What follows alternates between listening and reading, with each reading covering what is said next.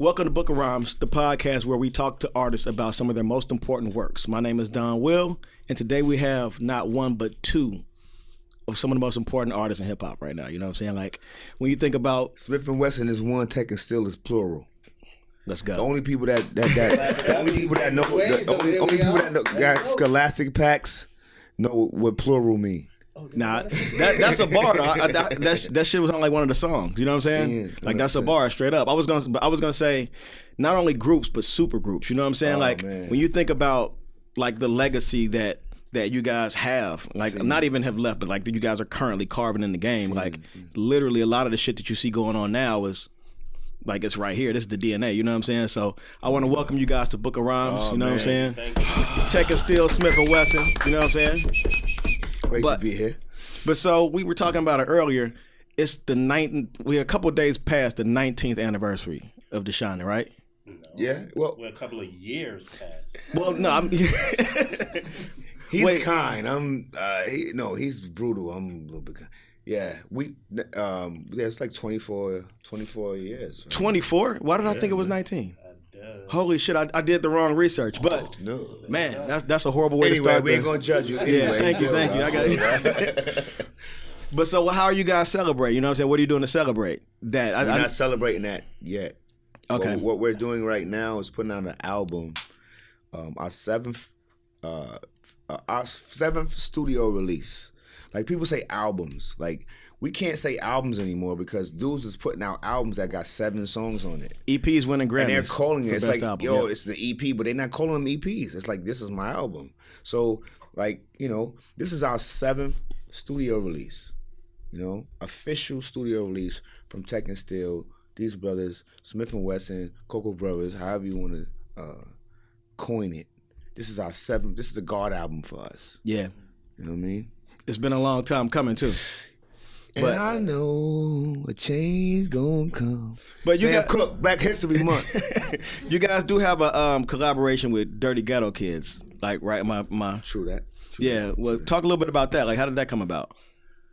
That was me and my homie Stevie Williams. Been rocking with God for a while, and it's crazy because we met in the store in the city. It used to be called the Atrium. That used to be over there on Bleecker and Broadway. Spent a lot of money in that. Yeah, so oh my gosh, if you know about it, that's where we bumped into each other at. I was like, oh, it was a actual person that worked there that we both knew. What's her name again? That dude's Soul for Feet. Dre. Right. So Dre was the salesman in there. And he knew everybody, and everybody knew Dre. So you come in, 100%. You don't even look for Dre first before you go get anything out of the clothes. Dre was new, but you got They're like, yo, I got this. You know him, son. You know him. And from there, we just built the bond. We did a mixtape together, and we just stayed in contact through the years. And we came up with the idea, yo, let's put a time capsule together. We should do this, rock this. The first album, SMIF N WESSUN, DGK, and it was crazy. It sold out in like maybe 3 to 4 days. Oh, wow. Yeah, and it was like, yo, this is just something that we do, the company does for artists that we grew up to, that we look out for, that we consider to be, you know what I mean, top of their craft where they at. So it's not something that we're going to make a bunch of money off. It was just something that was given back to the culture for both skateboard and hip-hop. Yeah, you got to commemorate because hip-hop and skateboarding, they go together pretty well. You know what I'm saying? They fuck with the culture. And Wayne snatched it up and grabbed it and embraced it in a dope way too. Yeah. Oh, hell yeah, man. Wayne like went and perfected it. Like, you know what I'm saying? He wasn't like, I'm skateboarding now, falling off the board looking goofy in front of niggas. Like, he was somewhere skating for real. Mm-hmm. And he just perfected his craft. Exactly. Looking back at the album, what was like the main goal of the album for you guys? Like, what was like? I'm talking about like. Wait, which album are we talking about? The All, or are we talking about The Shinin? I want to talk about The Shinin first. We're gonna get to the All. You know what I'm saying? I want to really talk about The Shinin just because it means a lot to me personally, and I know it means a lot to a lot of people. Yeah. Like, so, and when I'm thinking about like it as your first album, like, you know what I'm saying, this is you stepping on the main stage. I'm gonna be honest with you, man.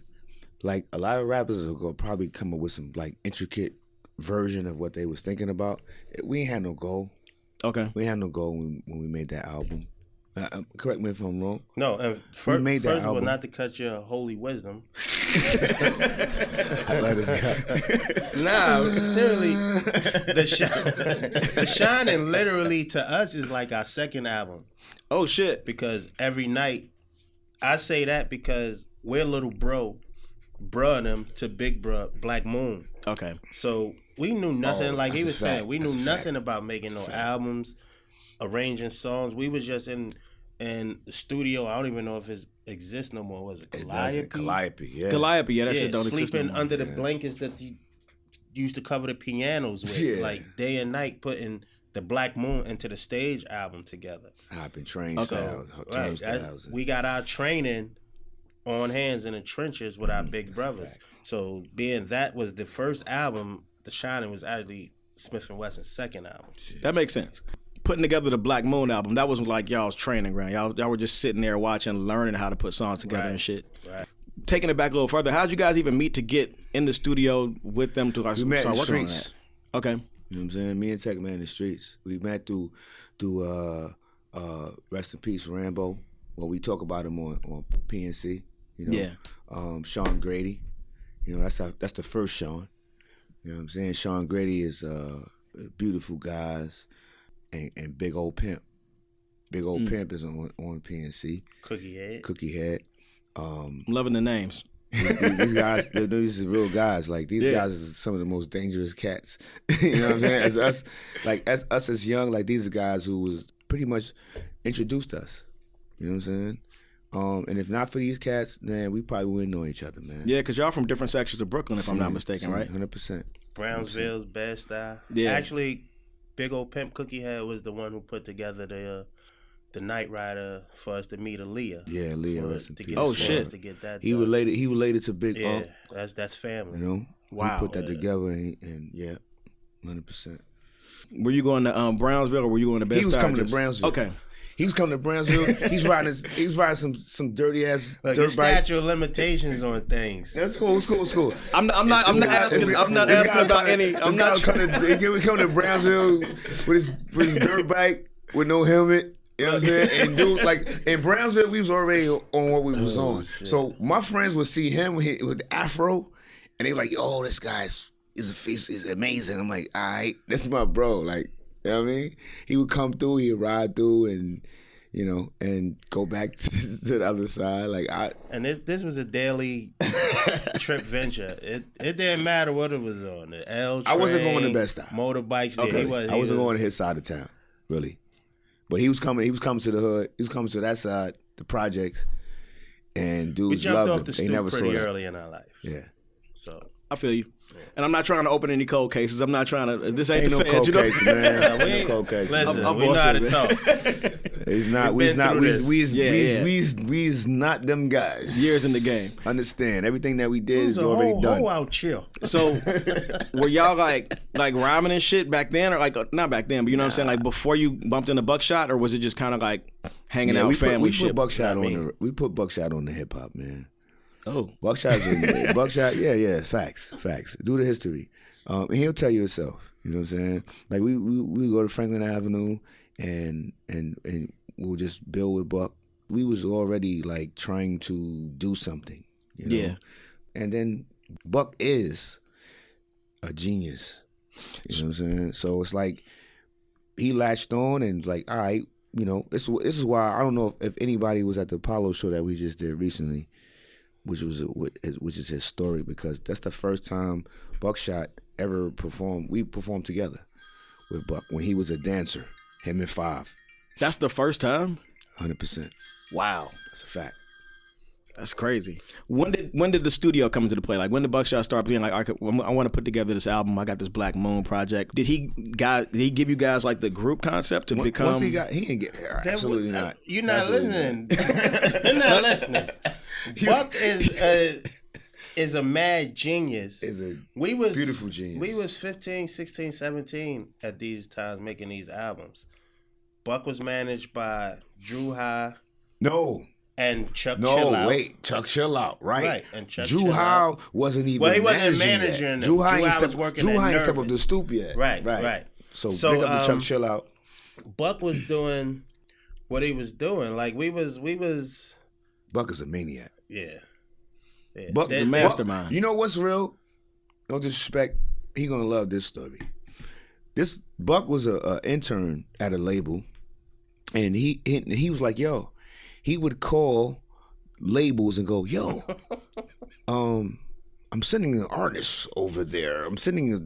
Remember the days of messengers, right? But it would be I'm sending him. a messenger, but it'd be him like the whole time. Like, yo, I'm sending a messenger over there from la la to y'all la guys la. ever heard of the Jerky Boys? Like Buck is the master of Jerky That's Boys. why him and Sean Price was voices super and dope breaks friends. that can have you really thinking, oh, this has to be the original person. This has to be the person that they're saying they are.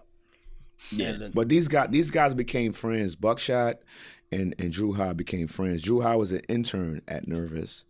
And these guys became friends, and we just was the guys. We was the guys that was with whatever, you know, Tek and Steele. We was Tek and Steele. We was the Cocoa Bees.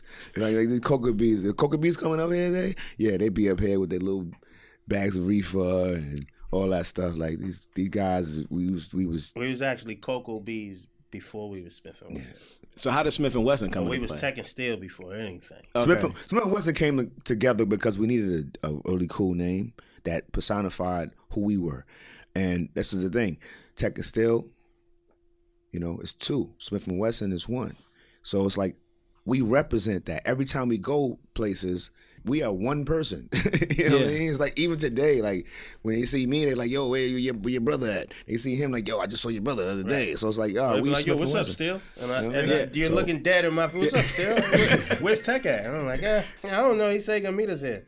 And that bond shows on records because like the back and forth that you guys do on the mic is some of my favorite back and forth shit. You know what I'm saying?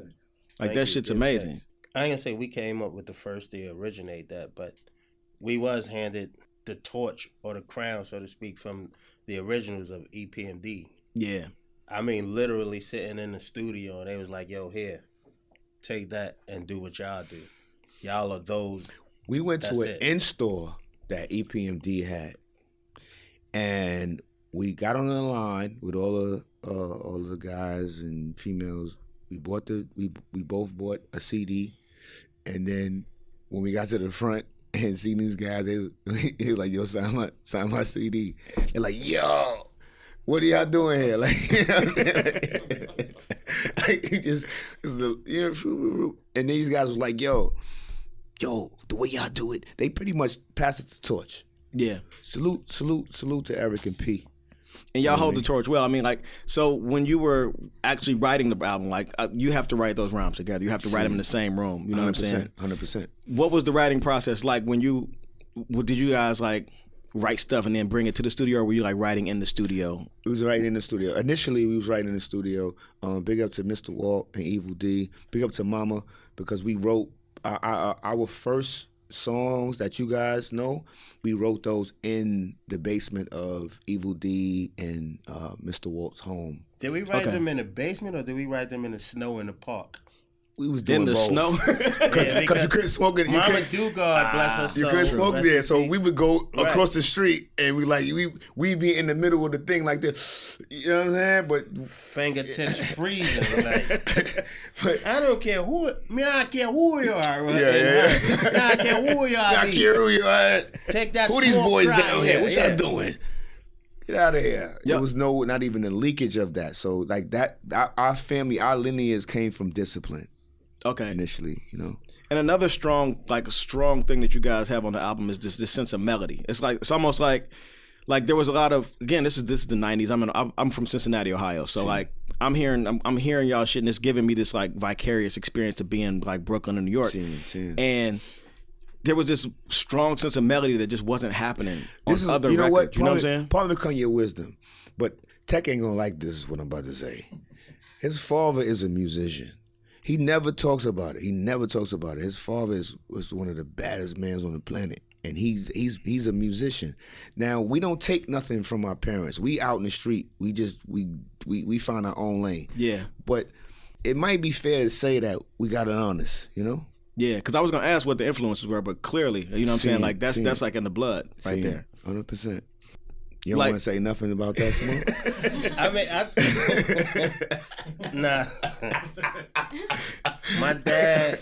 That's top secret, man. Nah, it's not top secret. His dad before I'm we just getting, see what it was, what it is, what it was. Because what it is, what it was. I come from a huge family. I have 9 brothers and 6 sisters. So, oh damn. You know, me and my dad never really got along during my childhood years growing up. But that's just how the dynamics was. Yeah. So we never had a bond of how it is. Like I tell my son today, I'm learning how to be your father or to be a good dad, hands on as I'm going step of the way, because I wasn't taught that from my pops. He didn't teach me how to be a man, the man that I am today, but that don't mean I don't love my pops or I don't fuck with him. That's still my father. Right. He 100%. Brought me here. Without him, there would be no me. So if that was the case, there would be no little Tek. So we all learning as we go on. It's just like that in the black community. Not to say all households is like that, but I know it was like that in mine. So with that being said, my pops was a Rolling Stone. He was on that side of the coin. My mom's was a Christian minister in the church on that side of the coin. Oh, that's like a drastic dynamic. Now I'm gonna give some gems. This might not mean nothing. His mother name is Barbara. Mm-hmm. My mother name is Barbara. When we went to his basement, his father had drums, guitars, and all kind of stuff in the basement, and a 4-track. So we went straight to the 4-track. Yeah, we ain't grabbed nothing. So his pops was hardcore. You know what I'm saying? You know, we went to the 4-track and we try to record some raps and stuff. And his pops was like, "Yo, you don't know what you're doing. I told you this before, boy." And it's like you don't know. I'm a young Marvin Gaye story. Almost like he don't like to talk about it, but I was in the crib. I watched it. It gotta hurt. But you know what's real? The pain is what make us grow. When we first got our first check from Nervous Records, I bought a bunch of equipment from the bylines. Remember the bylines? Like when you could get a car, you could get all kind of stuff. I'm like, yo, it's like for $3,500. I was like, I spent all of my money and bought like a bunch of stuff. The bylines was like some used gear, like newspaper. Used gear. Okay, yeah, like a Craigslist, like Craigslist on paper. Newspaper though. Yeah, right. Yeah. And we bought a bunch of stuff, right? I was like, yo, I'm gonna take my money and get this, right? And bought a computer, like 4 keyboards, a bunch of gear, wires, all kind of stuff. And who you think hooked it all up for us? His father. and the equipment was in Brownsville, so he had to come. We had to go get pops. He was coming out there anyway. He was coming out there anyway, but he hooked it all up for us. And when you go, and this is probably, you know, this information is interesting because this is one of those songs that one of the first songs that we made that meant anything was on Helter Skelter album. I forget what the name of the song is, but we, you know, these guys really was playing. But Pops, he bust our chops. Tough love, man. Tough love, tough love. That's sometimes that's all the love you know how to give. You know what I'm saying? So you just give what you get. Yeah, but my pops was a drummer, and he still plays the sax. He's a drummer, sax. He moved around with some big names, some bands. He's still sitting with some bands. He's still some big names. He's still on his dean, and it's still amazing to me. Even my uncle Fitzgerald Waters. So the lineage of music is there and it runs deep. It's just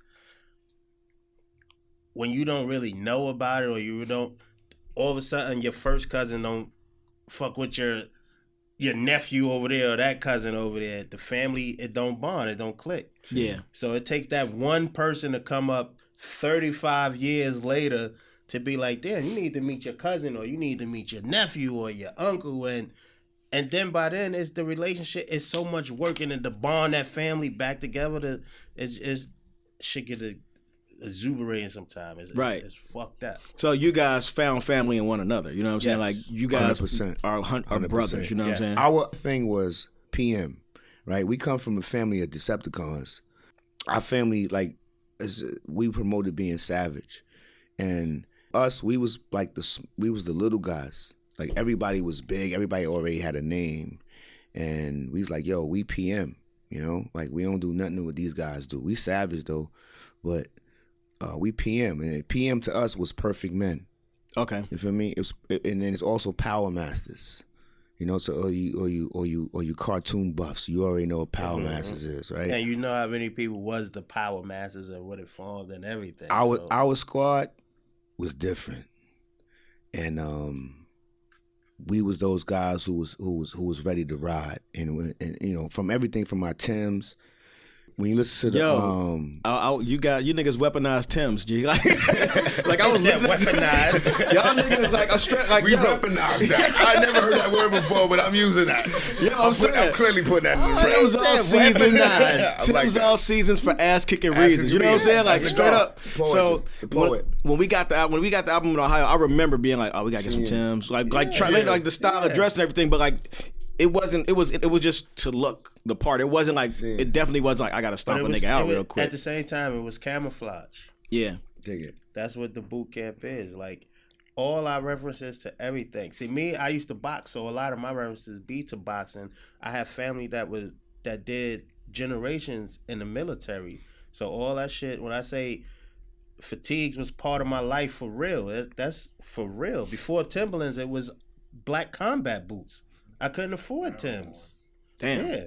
Yeah, like I don't want to get ahead of myself, but like I literally, like I was studying the album, like again, over the past few days, like thinking of like the themes and the concepts, and like just, I was jokingly like, oh, these niggas weaponized Timbs, man, because every song they stomping a nigga down, but there was this level of like there was this level of discipline, you know what I'm saying? Like, and it wasn't necessarily like violence for no reason. It was more or less like, you know, military minded, surviving by any means necessary. And if that means I gotta stomp you the fuck out, what it is, you know what I'm saying? Like when you have kids that don't have nothing, like we latch onto something and we make it ours, and we just, you know, if this is our link, if Timberlands is our link, then we're the Timberland guys. If camouflage is our link, then we're the camouflage guys. If whatever, like, you know, we was already in the gang, so that didn't become something that we used against people. Yeah, it's something that we used to strengthen our bond. Right, because you saw the brotherhood in it. You didn't necessarily see like just the PNC. Yeah, PM eventually became PNC. Okay. PM, we took Power Master, we took the savagery out of being a Power Master to going, yo, Perfect Man. And then we like, yo, we would fuck niggas up. We gorgeous. You know, like, who else we got? Like black and ugly, man. Yeah, he was gorgeous. He keeps saying that, but this is gorgeous. Look at this motherfucker. Who has a hue like this? I mean, you know, he was like, you on the new record talking about your waves, G. You did have a little bit of pride. You know? Wait. Hold on, wait. Oh, no, wait. King. My waves. Forget about it. Waves was spinning, right? Wave king, man. Wave king. Crown. Dude, ain't nobody ever could. It's a crown. This dude. This would be like, yo, I've never seen you with a do-rag. I've never seen waves. It was like, oh, how you got that? And just grow like that. His waves grow like that. Like, he's not a guy who has to put like a like BVDs. He don't got to do shit to it. It's just, you know what I'm saying? That's just the texture that popped. Yeah. Now I'm grinding. Now I got my little. He wants some other twist. It's curly right now. Like, if he cut that, it's gonna look like, the Mediterranean Sea. Trouble. Yeah, it's gonna be a rap. It's gonna be a rap. Nobody can be like when dudes try to get their waves and stuff. It's funny to watch dudes try to battle son. You know what I'm saying? Big up the big old pimp Cook, because Cook like, yo, I got you, Smoke. Like, Smoke would be like this. And like everybody got to go back home. Well, Pulp Fiction, when you used to open that box, you never knew what it was. Like, that's how Smoke went. Unveil, they be like, like, damn, why you ain't playing fair? You Dominican? Yeah. Yo, but so getting back on track a little bit, what was the first song you guys wrote for the album? Like, what was, I guess, the first one that you committed to? The first song that we wrote was Nothing More But the Money. Which actually didn't make the album. Oh, okay. I was gonna say couldn't clear the sample. Okay, yeah, we couldn't clear the sample, but then we heard Tribe Called Quest. We used to come out to that song, performing that song to deep cover with the ski mask on, and the crowd would go fucking crazy. First, they were scared at first, and then as they hear the song and the music and the verses, they would loosen up. Then once we lifted up, they were like, "Oh shit, okay." The first line of that song is "Stick 'em up." 1-4 smooth and I'ma shoot. He go, you know the routine, ain't nothing move but the loop.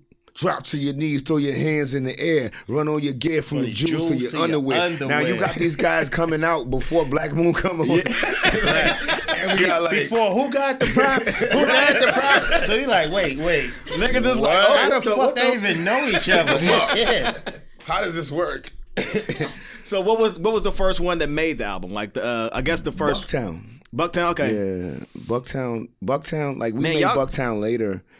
But we did. Bucktown wasn't the. No. You know, you're right. Was it Recognize? I haven't recognized. Or Let's Get It On, I think. It was either Recognize or Let's Get It On. Big up to Mr. Walt. Yeah. Because Mr. Walt, we did 2 versions of Recognize, and we was trying to. I mean, and we did 2 versions of Let's Get It On. Yeah, Let's Get It On. And these guys was basically, they was pretty much grooming us in the basement at that point. After they threw us to the Lions, then. Yeah. Did you guys know you were working on an album when you started doing those joints? We didn't know shit, man. we just came. Straight off the street. All we knew was to be who we are to ourselves, each other, and loyalty to who we was fucking with. Like I said, our name was Cocoa Beats because we smoked copious amounts of weed. We used to bring there was a weed called chocolate weed. Yeah, roll up that chocolate. Chocolate weed. Yeah. And at one point, we was going to the weed spot that was selling us fatigue pants. But then we was buying shit that was like Hawaiian cess. And me being so deep into the weed culture, it was like, yo, some Lorimer Street cats. That's why it's so gotta say it, like me and Big literally would pull up to weed spots and they would throw us down the keys and they would shut down. It was a point where Tek would really Tek would come around us and just have like weed we never saw before. Like Tek was nobody knew where he was going. This nigga had vapes. He had vapes in the 90s. No, that's 100%. He was going a pioneer. He was going to the BX. We wasn't doing that yet. He would come in. Like, you remember when he first had what's that? A Black? No. What's the weed? Branson's? Branson ain't the BX. Branson, that's my uncle. Forget about that, nigga. What I gotta. Branson is related. I'm not talking about. I'm talking about before Branson. Hold up, I'm talking about a quick aside. Branson ain't Hydro. How come Branson ain't caking off right now in this weed era? We ain't know about. How could he cake off? What makes you think he's not? Okay, all right. Say no more. Hey, I'm just saying, man. Like you got everybody. Like weed is pretty much everywhere. Like, and I just feel like Branson needs his love. You know what I'm saying? 100%. And he still gets it. Okay. He still gets it. But so you had the futuristic weed from Lorimer, you know? No. For Lorimer wasn't the futuristic weed. That was the Bullstein. Hawaiian cess is the most bullshit weed you can ever smoke in your life. But Tek would go and he would go around these places and come back with like the smallest bags of weed that was like Hydro. When Hydro first came out, it was like this little weed, like to a Brooklyn guy looking at that, it was going, "Dog, dude, what we doing with that? What we doing? What all 12 of us doing with that?" It was Haze then. Nah, it was Hydro, man. Haze wasn't even on deck yet. Haze when I was on 45th with my man Luca. You know what I'm saying? Luca Brasi. Yeah, we was. Oh, man. You see what I'm saying? See what I'm saying? You see what I'm saying? You remember the city through weed. Like, you have weedographic memory, nigga. A weedographic memory. This guy is sharp with the wordplay, man. But you know what's real? But you know what's real? This guy don't smoke. He don't smoke. His name is Smokey La. I'm high off life, man. I smoked for a lot of years of my life. You don't smoke anymore? I don't smoke anymore. My son, Hoodie Jahari, is 17. I haven't smoked for 17 years. Word. Oh, wow. Word. I just started back, and I'll just do edibles. He can roll a mean spliff though. He's still his roller game is ate an edible. I was high for like 3 days. Yeah, see that? Like, I get the medical grade, like the little really low dose medical, like mints and shit. See, I can't do that. I think last time I ate an edible, I was with Jack Frost. Remember I don't remember getting on a plane. I don't remember leaving the city we was in. Edibles are how you like that. I know I was just in my mother's bed. Rest in peace. And for 3 days, just high as a feeling good, feeling great. Yeah. But so what about edibles? They try to warn you real quick. Yo, only eat a little bit. 45 minutes. Man, get the fuck out of it. Give me all that. The problem is that shit shouldn't taste good. You know what I'm saying? Yeah. It should be like a Tylenol or some shit where But it's I guess a little then bit nasty. Like you know, like alcohol, it's an acquired taste. You know, you take a sip, everybody don't like it, but you know what I'm saying. Like when you got a gummy bear or fucking brownie or a cookie, you gotta take a gummy bear. And when it's made in your favorite cereal and shit, like exactly. Like, but so right. That's a good point. Y'all didn't know you were just kind of making an album, like you were like just sitting in the studio working on shit. How did you know when it was done if you didn't really know you were? Me and Tek was already part of the gang already. Okay. So for us, like we was the little guys in the gang. We was the guys who was in the back, and while all these guys was in the front, and they was doing a whole lot of stuff. Our relationship grew, you know, and we knew that we had to, at some point, become some guys that would eventually be in the front. Yeah. You know, and we spoke about that, and this is what we came up with, you know. But we still had people that knew the game, as in the beat miners. To this day. And we was recording in one of the world's most famous studios, D&D. I was going to ask about it. Let's go.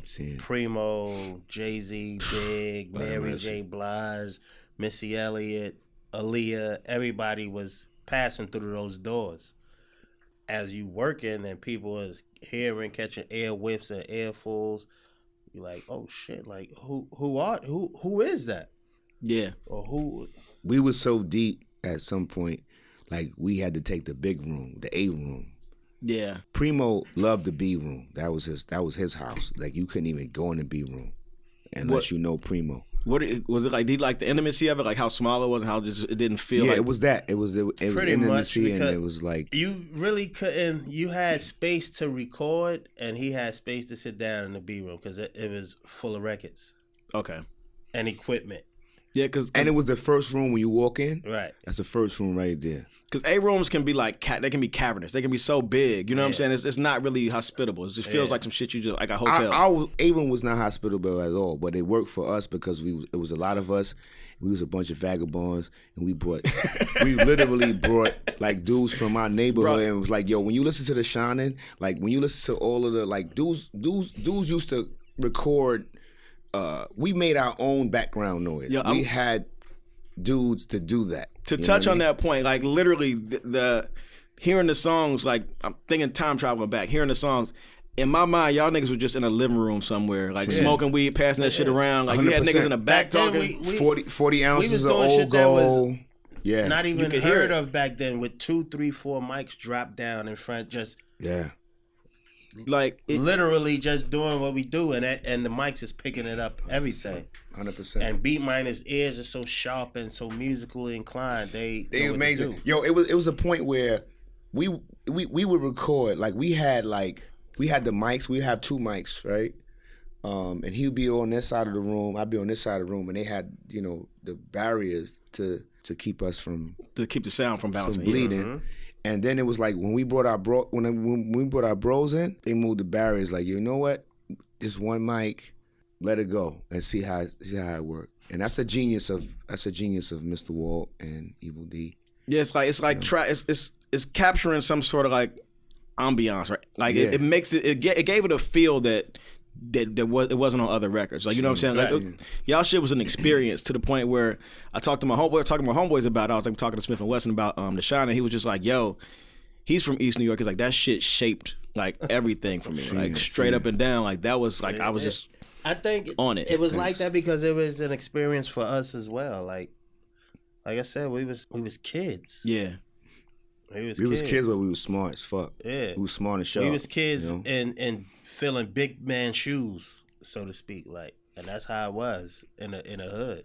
The Beat Miners was helming the production. They were producing you. They were like the whole Black Moon album. We followed whatever they was doing. We followed that. We pretty much was like security for Black Moon. I don't even really think we knew how to pick beats at that time. We wasn't even picking beats. Well, I know he produced one. Somebody produced. Still did the Recognized remix. Yeah. But we did get Soundboy on a Helter Skelter decline. Oh shit! That's one of my favorite joints. They declined that shit? Get that shit out of here. Nigga, what? Sean Price hate this story. Send that. Let us get that. Bruh. You don't want that? Let's get that. Shoot that over there. That was a moment for me. That shit like still. You know what I'm saying? And like so did you guys have any input into like the sequencing at all, or like because there's like a song run from you know what they used to hate for us to say put a drop here or anything as far as a mix would go. Walter's a Gemini, I'm a Gemini, so I would be banned. Gemini gang. I would be banned from a lot of the studios after my verses was done. So I'm the same way, nigga. He was like, "Yo, Tek, you gotta get out of here." Him, leave. That was my name. Him. It's gotta be him out there. Who the fuck is him? Like you have a specific vision of how you want it to be. It's not far. It's not. We changed it's the not game. as much as a vision. We didn't. It wasn't the Problem Became Divine. It wasn't like the normalities. We changed the normal shit. Like these guys was working with Black Moon before, and they was doing 16s. And then people bars. remixes. We was doing 8s and 4s and 12s and stuff like that. We was switching up, and we was busting it up. You know what I mean? We were busting before. You know what I mean? Dudes are like, hold on, how you do? Like I'll say the first 3, and then you say the last one, and then you start the first one, and then I'll say the next 4. And his dudes was they was like, hold on, why y'all? Hold on, what are you talking about? We had that, and then we were sitting there with our book like this, and going, all right, well, okay, all right, here, you right. All right, you finished? Book. Yeah. Wow. That's when we was writing in books, not in phones. You write the or blueberries, blackberries. No bloop. Because I asked about the sequencing because the song run from Home Sweet Home to Bucktown to Home Sweet Home. Mm-hmm. Like that, if you take that set of songs, like in this playlist era, and just lop off everything from beginning of Bucktown to Home Sweet Home, it's like that shit's like a perfect EP. Like it tells a story. It's like a really linear story that happens in the middle of the album. Right. And that shit, like it always, like my homeboy put me onto it, but I always wonder why like the middle of the album just it's like sometimes when you get into an album middle you can kind of skip like, let me see what's happening. Like you're so engaged with that set of songs. You know what I'm saying? It's like a cake. When you have to make sure the middle is done. Like my mom used to say, don't run it in my house while the cake is in the oven. Don't make the cake fall. Don't make the cake fall. Don't be standing over my pots, boy. The middle of the cake is done. You stick the knife into it. If it's gooey, it ain't done. Toothpick. So you have to make sure it's right. So were there any like D&D stories that come to mind? Like anything that you remember off the top that was just like crazy? We ran that town. D&D, our boys, because that shit. Like honestly, like D&D is it's iconic. D&D is like a landmark. Yeah, it don't exist anymore, right? Because I mean, it exists not in that same area because DITC has it now. I think right. It's in okay. BX, right? Okay. So D&D was like Primo. Yeah, it's too many stories. Like they had one of the very first lounge room with a pool table. Yeah.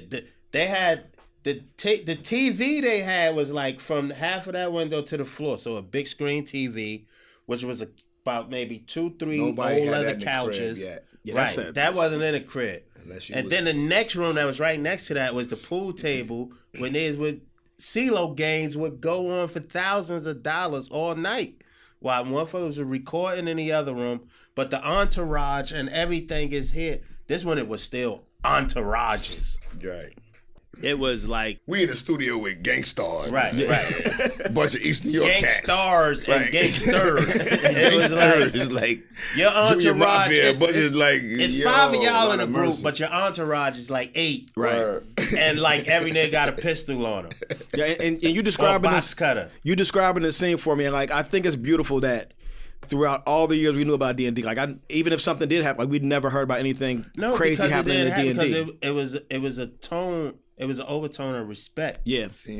Killers respect killers. Gangsters respect gangsters. Men respect men. If you soft and you in the wrong atmosphere, you're going to get ate up. Tasty treat. If you a wildebeest around a pack of lions, you going to get ate. I don't give a fuck. At some moment, your ankle going to get bit, your hind something. Right. You can have horns and everything, and like a sheep in clothing, wolf clothing. The A room, you couldn't even get the A room, but we were so deep that the only room we could get was the A room. Okay. Like Primo locked down the B room. Nobody can go in the B room. Though. It was a C room. They had to create another room that was over Y'all there changed somewhere. the game, nigga. Yeah. And what was dope, changed the studio. of D&D. We was sleeping in would D&D. supply weed. He was like, yo, 24 they hours would come in and be like, D&D. yo, Tek, They came to you. try this. And they had some fire. What do you though. think They had of some this? fire. They had some Like, fire. what? Yeah, David Doug actually, they had Yeah. some fire. That's some bad Yeah. weed. Like, yeah. That's a Salute fact. David Doug. Gotta also That's salute a Russell fact. Peters. He just Salute did a Fire D&D Dread. documentary. Salute Fire Dread. Oh, shit, Fire really? Dread. The Russell Peters is dope. documentary of the D&D project. So with the album hitting shelves, like the cover art, I want to talk about the cover art a little bit. Like it's inspired by Roy Ayers. Roy Ayers, yeah. Like Ubiquity. Yep. I went to Baby Paul's house. He was living in Flatbush. I went to his house, and this is when records, you don't have your records is just on the floor. And I'm skipping through records, and I saw that cover, and I'm like, wow, this is amazing. And I brought it back to my bro, and it just fit us. You know what I'm saying? It fit us, and then we jacked the song Brooklyn. And they always ask who eye it is. It's not my eye. It's not my lazy eye. It's the gorgeous God's eye. It's still Lord of mercy. Lord of mercy. I enjoyed how the first video and the cover art, like it was a continuous theme throughout the cover art and the music video. Yeah. It was. That's some well thought out shit. It was the boot camp, and it was, like I said, it was the posse. It was PM. It was the entourage. It was PM. PM, Perfect Men, Right. PNC, and we knew that we wanted our thing to be different. Yeah, we knew that. We didn't know how we was going to do it, but we knew we had a lane and we utilized it. And it's not just a lot, but all of those people are family that we had brothers, cousins, nephews, or that we had a relationship for 10 plus years. And it's so cool how it was just y'all. Like y'all, this was coming from y'all's mind. It wasn't like a label, but like, hey, it would be cool if we did this. Like the story of the cover art is just, it was you coming through records. The first few videos that we did, we was on some BS. We was like, yo, we're gonna do all our videos in Brooklyn. You know what I mean? So it's like our first one in Brooklyn by the Brooklyn Bridge. We had all our brothers in it. And the second one was in Brooklyn, and the third was in Brooklyn. And then, but what's crazy about that? We was working with those big. I was about to video get to film that. Producers. Then we start dealing with Big Dog. I forgot what Right. the name. I think it's called Big Dog. Actually, right. These guys had just shot like Drop Squad or something like that. We probably gave Omar his first video scene. Michael Williams. Michael Williams right. is on our video. Riders, right. Omar. Yes. Oh shit. He's in Night Riders. Night Rider. Dennis L.A. White. Dennis L.A. White. There's a lot of guys who was working with Benny Boom. Like this is. Yeah. We was all coming up in the same. Yeah. You know. But we was so deep. We was so deep. Like we was so deep, yo. We was changing the game. Boot camp that's real. How did it feel to see like that shit on the box and like hear your shit on the radio? Like what was that like? Wait, which box are you talking about? Video music box. Okay. Yeah. See, because it's video music box, but then it used to be a video station called The Box. Right. Where you had to call in. I remember the box. That. We didn't have video music box in Ohio. Right. We had the box. The box. Right. And that shit was the regional. Was like, it was regional. That's when you had to call in. You calling everybody up and be like, yo, bunch of coming on, call in. That was that OG algorithm. You know what I'm saying? Niggas just really That's like, it's always to this day, word of mouth is the best promotion you could ever have. Indeed. That's like the movie, what is it? Fall with Bruce Willis. Like when you touch him and is it The Thing? Not The Thing. It transmits. Sixth Sense or something. You touch him and it's like word of mouth promotion. Yeah. That's always been the best. So when your peoples was there and everybody was like, yo, call in at 6 o'clock on the box. My joint gonna come on, tell him to play it. It was there from the box to Bobby Simmons to video music box to rocking at the Intrepid with Biggie Smalls and Puff being there, leading into doing the Mary J. Blige remix. From that joint's crazy. The Soundboy video being filmed up in Harlem with G. George, one of the dopest comedians that Brooklyn ever seen, 100%. to recognize being filmed in a mausoleum that they never let hip hop film in, where we damn near wrote the treatment for it. Yeah. And after that, we had the one-on-one featuring Raekwon from Wu-Tang. It's like at the time when we did that, these guys was on on some touch bases. This is when technology started to change up. Right. So when you look at that video and you see us doing all of this, we hear like it's wow. It's different from everything that we've done. Right. So the album also has a couple of themes, like, and I don't know if they were intentional themes or they were just things that you guys were talking about enough that they became themes. But police brutality and just like the relationship to the police and the community is definitely a thing that, like, that's what I was saying. Like the album just, it spoke on a lot of shit that's still relevant and still important right now. You know what I'm saying? And I don't know, like, again, like, I know you guys were just kids and you guys were just like rapping about your environment, but it was just, that wasn't a theme to us. That was everyday life. That's what, With my ill niggas trooping down Atlantic Ave, 3 Blunts road sparking up in the dark, like, play the shadow so you can't be seen. Back even then, it wasn't like the Big Brother or cameras all over the place, so you wasn't worried about it. I mean, not even that we was aware of it, but that was how we was moving. We was still military minded because that's how we was trained. Getting pulled over by police every day, he pulling his gat out, throwing it to your chin, you black motherfuckers. In the movies, when you see that in the movies, a Straight Outta Minutes, that was our life. That was every day to us. If not every day, every 3 to 4 days. This is an importance that as anybody who has a voice, we have an opportunity to speak. So we tell a story of the neighborhood, you know, and it's a lot of stuff in there. You know, it's like we deal with a lot of things, but what we deal with is camaraderie and love. Like the hood is ugly, you know, but it's beautiful. Yeah. You feel me? So it's like, and all of that, like we can make that and then we get this dope ass track and we put that to that and it's like, all right, we're going to give some of that. It's like, we're not going to talk about how hard it is without telling you that how we survived here, you know? Like that's the best part of what we offer when you listen to our songs. Yeah, because there's a lot of love in those songs. You know what I'm saying? There's a lot of like genuine camaraderie, brotherhood, love and shit. And that's real. And I was like, this kind of touches on the next theme that I thought of, like, you know, the Bucktown state of mind. Like I know Brooklyn's changed a lot, and I know a lot of people, you know what I'm saying, a lot of people that were there aren't there anymore. We call that gentrification. True. Exactly. But what was the Bucktown state of mind? It's still alive. Okay. It's still alive. Like what we were just saying back then growing up, like, not saying we was perfect angels or we wasn't doing what we was doing, but for me, I used to get that a lot because I'm darker skinned than most. He's trying to say nicely. He was a badass. He was really like he ain't talk to people. You know what I'm saying? Yeah, people used to think I was a mute. Yeah, but all you know what's real? Was violence and pain. And but he boxed. Damn, nigga. But he boxed though. You feel me? Yeah. Like he was a silent assassin. Then you got I'm a loudmouth choir type guy. You know what I'm saying? You know, and then we got our bigger homies who are, you know, they putting it down. So for us, it's like, all right, how are we gonna make this make sense? You know, we absorbing all of the information that these guys are showing us, and then we're living through that. We are a prophet of rage. We're prophets of rage. So to put that down for us, we took The Shinin. You know, it's crazy because The Shinin is a thriller. It's a horror movie, you know? It's like The Shinin is talking about people who are in tune with each other. You know? It's like, oh shit, you just blew my mind. I literally never made the connection.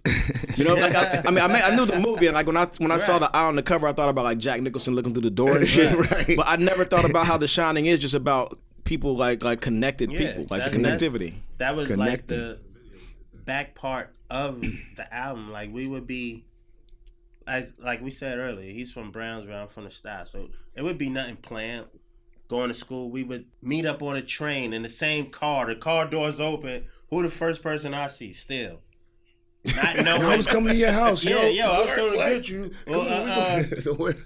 Or vice versa. And it's like, yo, I say one word, 3 words, he'll finish it up. But that was the connection, and that was why it was PM, PNC, The Shinin. And that's why I was still in Tech. That's why, like, when you asked what the name of SMIF N WESSUN was, it was a name that can be 2, but it's just 1 when you think of it. Yeah. Like, to this day, if people will see me and be like, yo, Steele, what's up with Tech? What am I can't be an asshole and be like, nigga, I am Tek. Oh, he good. He gonna meet me here.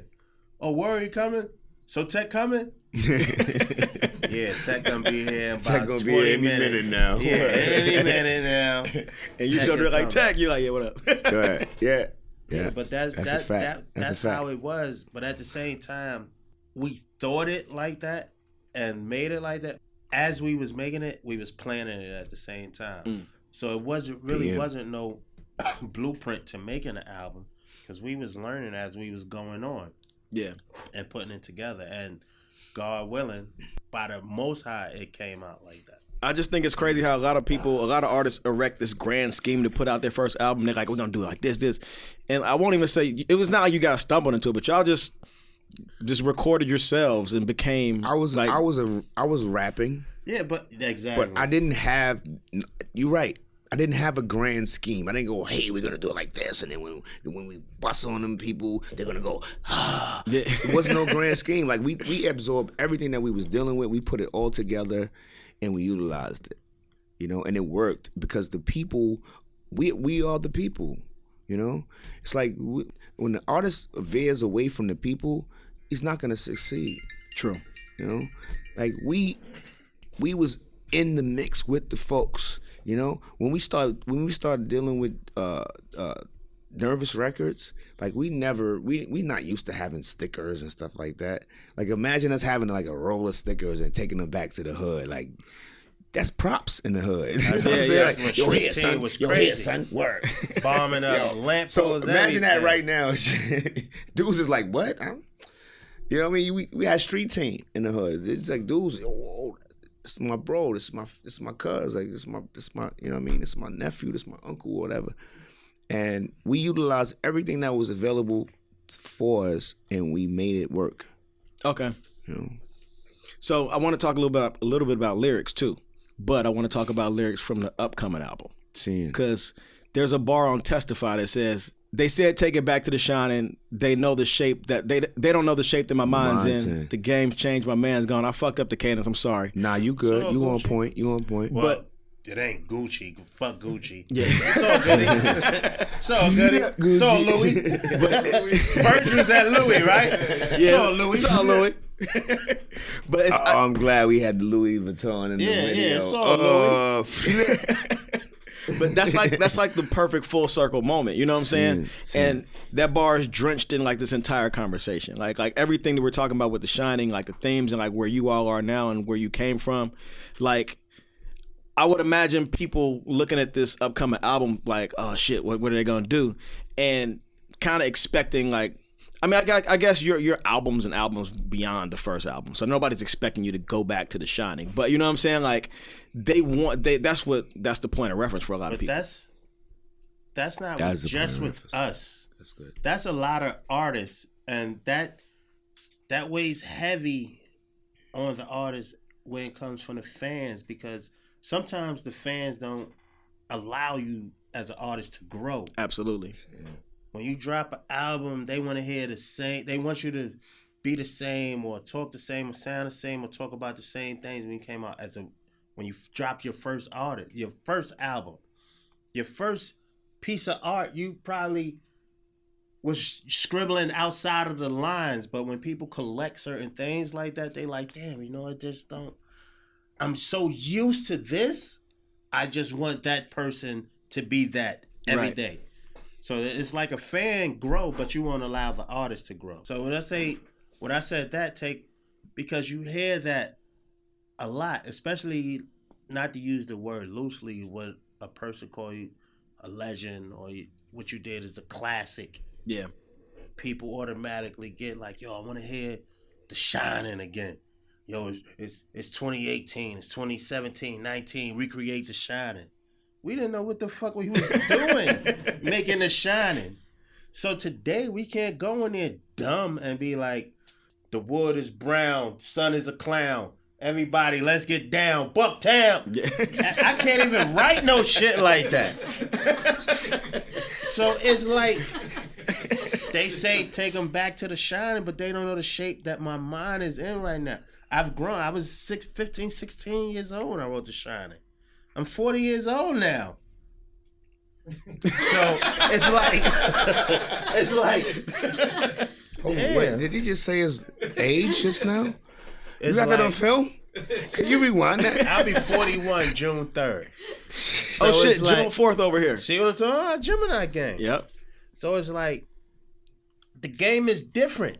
Plus my man is gone. Sean different than my man gone. And We're not rhyming. We're having a Stacks. conversation with the people right now. But at the same time, reinventation, we body anything we put a verse on. Absolutely. Like so it like everything I've heard from the new album, I've only heard like 3 joints. I heard the Testify. I don't know if Let It Go is on there. Let It Go is the first single we released. And I heard the new joint with Rhapsody. Testify was the second. You're talking about Ocean Drive. Ocean Drive. All that shit. What Ocean Drive features our homie Music Soul Child and Rhapsody. Yes. Big up the Mocha Styles for putting that together. Big up the Cynical.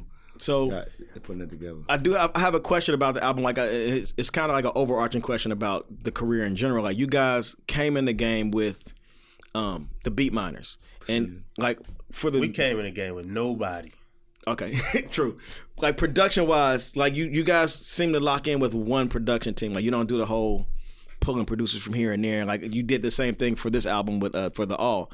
Like talk a little bit about the sound of the All, and also why you guys choose to lock in with the producer as opposed to like doing that whole glorified compilation album thing. So because it's when you lock in for different. I can't speak for all artists. It's different. So, but for us, we did a lock-in album before that with Pete Rock, the Monumental album. Of course, lock-in was Beat Miners as far as the Shining. Mm-hmm. Yeah, we also did the album. The Cocaine Cowboys out in Sweden. Album number 4.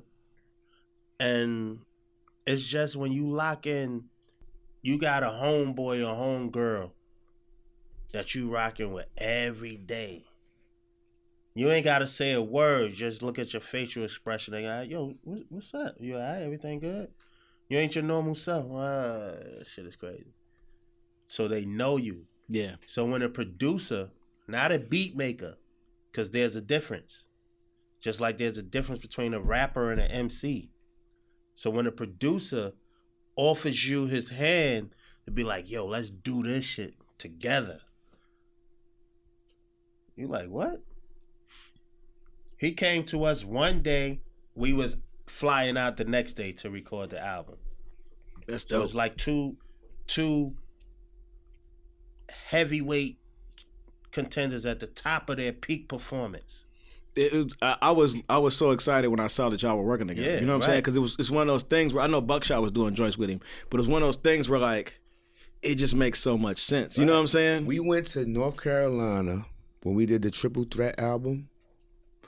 We went to North Carolina. Sean Price and Buckshot already had relationship with these guys. He done came back and went back and stayed out there. And we was out there like I was like, yo, who are these cats? You know what I'm saying? Like, yo, y'all like these cats? Like, all right, whatever. Tech was playing like what the game was, the video game. He was playing video games with niggas. So it's like you playing video games down at the studio, the Missy. Yeah. Okay. I'm talking about before. You talking about the very first time. I'm talking about when we first met. Knife Wonder and Crisis and these guys. Okay. Like we didn't care. Facts. So he was playing video games. He just wanted to Madden. That's what video it is. games. He's like, yo, I'm gonna bust your ass in Madden. He's playing Madden. I don't play Madden, so I'm like, play yo, Madden alive. I'm you, outside. You almost not human. You don't got a cop police for playing. You know what I mean? And this was when I was when you hear Sean Price be like, yo, When you hear Sean, it's a lyric where Sean Price will like rap cats, put the liquor down, write some real raps. Like he was talking about us because we was in the spot. we ain't care. Wow. He's really? like, yo, we ain't care. We like he playing Madden. I'm outside on the thing drinking gin with the homie. Like Drew House like, yo, you know we trying to put some stuff together, like some real solid stuff. Like. Oh really? Oh, okay, cool. What's crazy for us? I think for us, it comes different. A different part of our brain comes alive and works for us. Like that's a fact. Coming just going back to the China before all that shit. He was the rap. He was the MC, the rapper. Relax. I was just a violent person that didn't know how to express He was a myself, visionary. but He's a violent person. Lord of mercy. You figured it out, though. Father's fucking. I learned to accept it. Yeah. It's like a meta-human learning to control his powers. So I learned how to accept and control my powers. But my primary job was to protect him. Okay. I come from a huge family, so like my family is protectors. Yeah. That's all I know. That's real. No matter how fucked up I could be, Allah knows my heart, and that's my primary job, is to protect. And I use that because when he came to my hood, they ain't never seen like a Bed-Stuy cat. He had a wild afro, curly afro, on the dirt bike with no helmet. You know what I'm saying? That's big gun attached though. he didn't find the waves yet. Big gun attached. A shotty over the shoestring sword over a big 40. But in my hood, I wasn't doing none of that stuff. You know what I'm saying? So that conversation, like, yeah, we built it up and we made it to something that was useful for everybody. So how many joints are on the like? Tell me a little bit about the album, The All. Actually, 12 joints. 12 joints, yeah. 12 joints. Knowledge the wisdom, all being born to and the understand. Soul Council, which is Crisis, E. Jones, E.G., and Knots from VA, which a lot of people are surprised and didn't know about the affiliation. Word. Oh, I knew about it. Definitely. That nigga Knots is crazy, nigga. Retarded. Jesus Christ, yo. So like, I'll wait until the album drops to see like the product, like who produced what and how many people are. How many? Did I have? Oh, that ain't even. But like, any notable features you want to mention outside of like Rhapsody? Outside of Rhapsody, music. Nah, wait till y'all hear. Raekwon, that's our brother. Ray there, yeah. GQ. Oh man. GQ. You know about GQ? Of course, nigga. Come on, man. He's from Ohio, so he knows GQ. Right. Okay. GQ used to and play y'all know ball. GQ is a baller. You got a chip. GQ is from ain't GQ from the Bay originally? He's actually he's from the Bay Area. Balled at what, Duke or UNC? He balled at UNLV. One of those, Duke, but he got a chip. Duke. And he got a chip. I didn't know that. Yeah. I just know he got bars. He was a baller. He got bars. He got rings too. And he get busy. He got hardware. you know, he's one of those basketball playing cats who just wears slippers all day. It's like, you want to play? Walk around in slides. He walk around in slides. Got to rest his feet. He's like, yo, you ready? And he ready to go. Like, I'm like, yo, when we recorded this album, I think we shocked and awed them as well as ourselves. Because Young Guru is a part of the Jamla family also, 100%. And it was like when you shock and surprise people that you look up to, it's like, oh shit, a nigga must be doing something right. Because sometimes we all forget how great we are within ourselves. Talk about it, man, for real. So we all might need that little cable jump shot every now and be like, yo, you that nigga, you that chick, that is you. Yeah. Not saying be fucked up in the head with it and carry your self-conceitedness, but sometimes we all are great. So you just got to find your greatness and manifest it. Man, so I had one more question, but I think you might have just answered. I was going to say, if you could talk to yourself back then, the person you were making The Shining, the person you were back then, like recording those songs at D&D, at those release parties, at those shows, like what would you say? Like advice, it could be as specific as you want. Like, nigga, don't eat that sandwich on the 12th of whatever. But like, is there any advice you would give to yourself, or like just an aspiring artist? You know what I'm saying? Like anybody. Me personally, I would say, yo, remember where you came from, set forth what you're doing, and don't diss none of the cats that's around you. You know what I mean? Like, one thing about being in D&D, we wasn't against each other. Like, we had wild crews coming through there in D&D. And I don't know when the point where we just started saying, like, you know, the industry told us, like, if you say this about a guy, then you would get more looks. You feel me? And then we ran with that. It's like, yo, we ain't industry cats. And we not the toughest in the streets cats, but we clearly are on deck. Right. We didn't have older homies giving up. We didn't have the Scorpios and the Melly Mels going, yo, it's Poppy. Let me give y'all some jewel. This is a message, little cat. They ain't give us no messages. We had our own message. You feel me? But the message was there. The message was there. It was in the shelf for us to like reach up for like a book. Do you know? You know, but what me personally is like, yo, we built up who we are, and I wouldn't change a thing other than the fact that, you know, we might have stepped across some lines or whatever the case may be. But it's like that's what happens when you out here. You know, you gotta be willing, you gotta be daring, you gotta be willing and able. Hey, you know out here and you're still out here. You know what I'm saying? 100%. Like all praises be to God. All praise be to God. And the fans that really kick it with us, you know what I'm saying? Like, we be nothing, man. We be nothing. You know? That's why Jay-Z's locks in his hair right now. It's like he look like he's 18 or something. Yeah. Like, what are you doing, Gnomes? You got third childhood and shit, you know what I'm saying? I love that guy. Sagittarius in the building. Woo! Anybody? No. Gemini gang over here.